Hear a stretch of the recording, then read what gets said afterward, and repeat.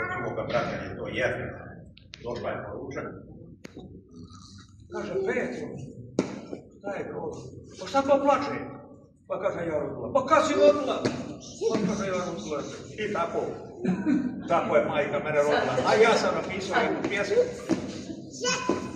Bilo je vrijeme nevremena, sad se djeca nisu rađala. Razuman može lako da shvati. U ratnom vihoru 43. rodila me je moja mati. Topli su dani, kaže bili. Zagrtali se kuruzi u strani. S Munjijskog groblja pucaju ustaše, a s naše grede partizani. Trudovi bolni i sve u trenu. Uz mlaku vodu i malo platna, srpom mi pupak prerazala, nježno gledajući dječaka ratna. A dan je bio ponedeljak.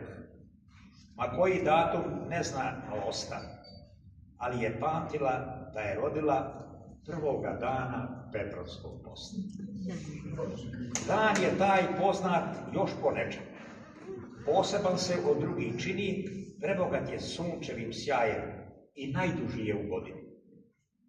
Odavno, drage majke, nema. U mirnom snu na onom svijetu, a njen dječačić ratni gazi deceniju Bogme 9.